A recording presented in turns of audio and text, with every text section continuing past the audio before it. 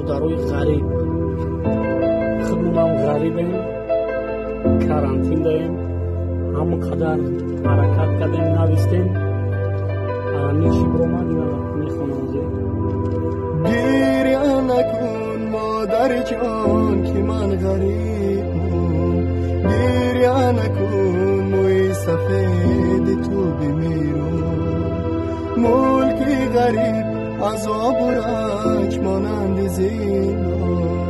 عشقت برس مادر جان شدم پشیمان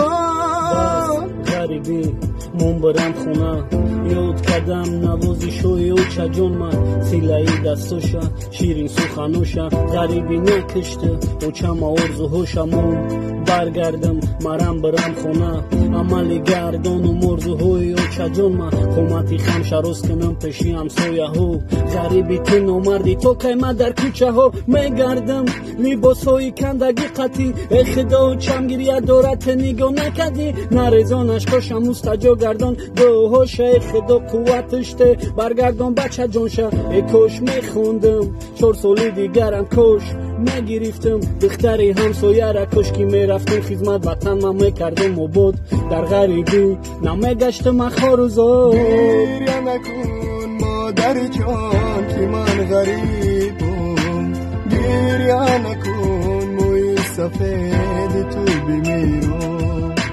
ملکی غریب عذاب و رنج مانند زندان عشقت مرس مادر جان شدم پشیمان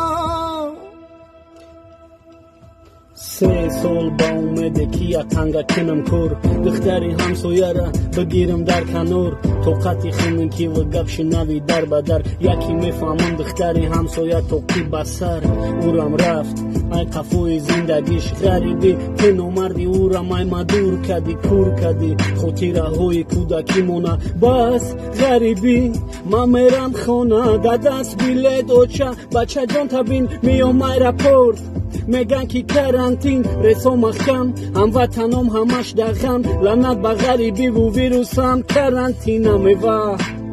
عذاب درد بی نامردی زندگی سرنوشت تلخبین لعنت غریبی عذابی سخت کردی در ایام جوانی من همه چیم جدا کردی گریه نکن مادر جان که من غریبم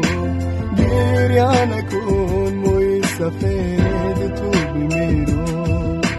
ملکی غریب عذاب و رنج مانند زندان عشقت مرس مادر جان شدم پشیمان